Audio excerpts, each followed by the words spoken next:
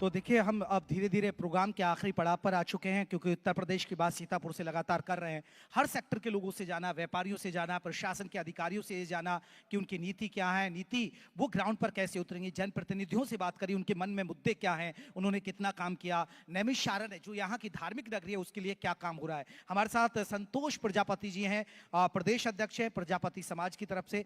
संतोष जी, बहुत बहुत स्वागत है हमारे जी मीडिया के इस मंच पर। पहला सवाल आपसे यही है कि आजकल जो लड़ाई है वो जात और पात की है। यूपी का चुनाव भी आप देख रहे हैं जात और पात पर होगा, और वो होगा ओबीसी, पिछड़ा, पीडीए। ये आप कैसे देखते हैं इसको?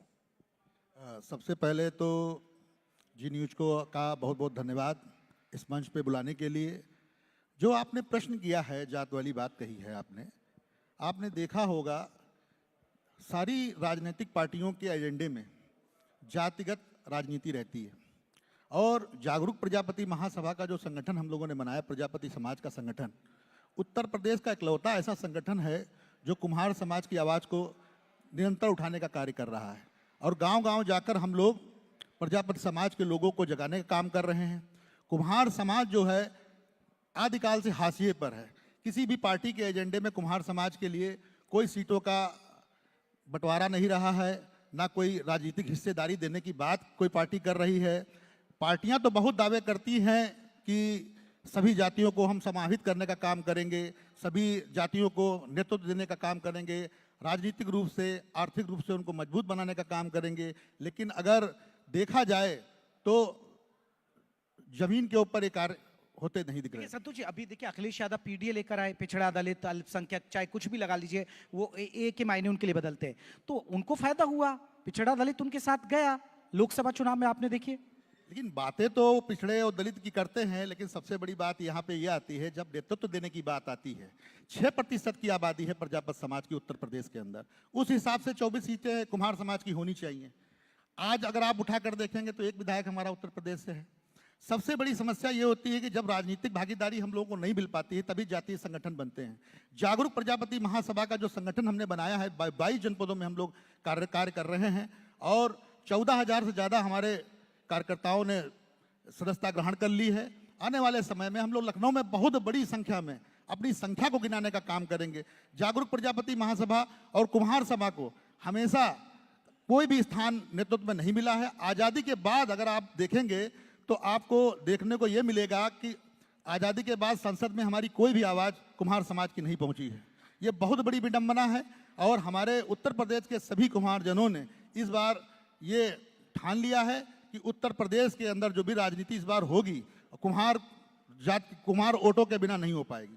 जो भी सरकार आएगी, कुम्हार वोटों का उसके अंदर बहुत बड़ा योगदान उसमें रहेगा। लेकिन संतोष जी, ये भी तो कहा जाता है कि बीजेपी तो सबका साथ सबका विकास की बात करती है।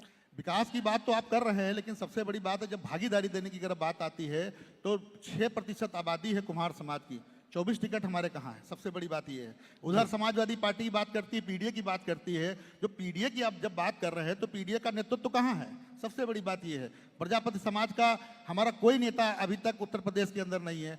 आप देखेंगे कि सीतापुर, लखीमपुर, बाराबंकी, शाहजहांपुर, ये मध्य का जो क्षेत्र है नेतृत्व विहीन है। कुम्हार समाज का कोई भी नेता आज तक विधानसभा तक नहीं पहुंच पाया है। ये बहुत बड़ी विडंबना है, और हमारा कुम्हार समाज निरंतर भारतीय जनता पार्टी को वोट करता आया है। हाँ, और इस मंच के माध्यम से मैं भारतीय जनता पार्टी के पदाधिकारियों और संगठन से निवेदन करना चाहूँगा कि जो अवध का जो क्षेत्र है नेतृत्व विहीन है, और जब भी कोई मान लीजिए माननीय योगी आदित्यनाथ जी ने अभी माटी कला बोर्ड का निर्माण किया, लेकिन सबसे बड़ी बात यह है कि हमारे जो जनपद के जो 10-12 जनपद हैं वहाँ पे नेतृत्व के नाम पर जीरो है। कोई नेतृत्व करता नहीं है। हमारे जो कुम्हार समाज की जो बातें हैं या उनकी मांगे हैं उनको सुनने वाला कोई नहीं है। इसलिए हम लोगों ने जागरूक प्रजापति महासभा का नाम का संगठन बनाया, जो कि एक क्षेत्रीय संगठन है, और निरंतर रूप से कुम्हार समाज के बीच में जा जाकर हम लोग काम कर रहे हैं। चलिए संतोष जी, देखिए अब चर्चा के हम आखिरी पड़ाव पर, और आप एक संतोष प्रजापति जो प्रजापति समाज को लीड कर रहा है, प्रदेश अध्यक्ष, आपको क्या लगता है मुद्दे हैं क्या प्रजापति समाज के?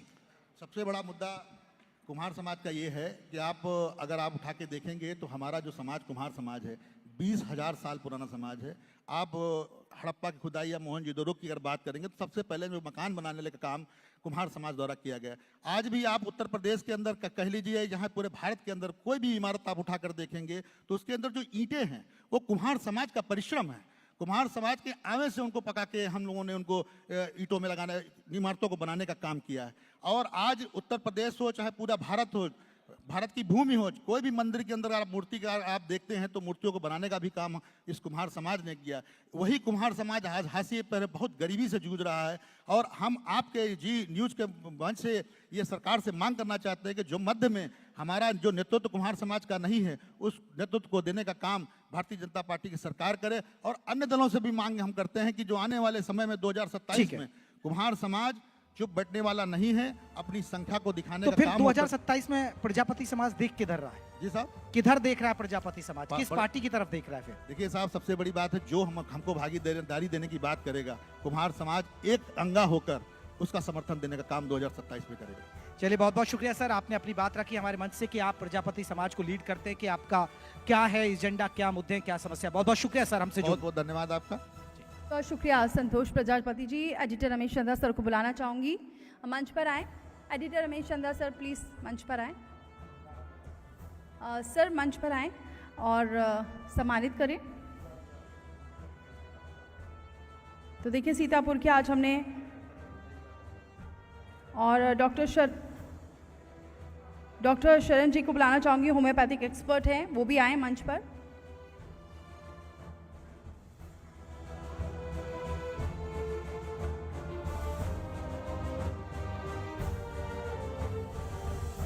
तो सीतापुर में आज हम थे और तमाम विषयों पर चर्चा हुई है। और अब मैं बुलाना चाहूँगी हमारे सहयोगी जिनकी वजह से आज ये कार्यक्रम हुआ है, हमारे रिपोर्टर राजकुमार दीक्षित जी प्लीज़ आएँ, क्योंकि बिना राजकुमार दीक्षित के ये कार्यक्रम सफल नहीं हो सकता था। क्योंकि आज हमने सीतापुर में ना सिर्फ सीतापुर के मुद्दे की बात की है, बल्कि विधानसभा चुनाव में भी जनप्रतिनिधि क्या मुद्दों को उठाने वाले हैं, किस राह में सीतापुर जा रहा है।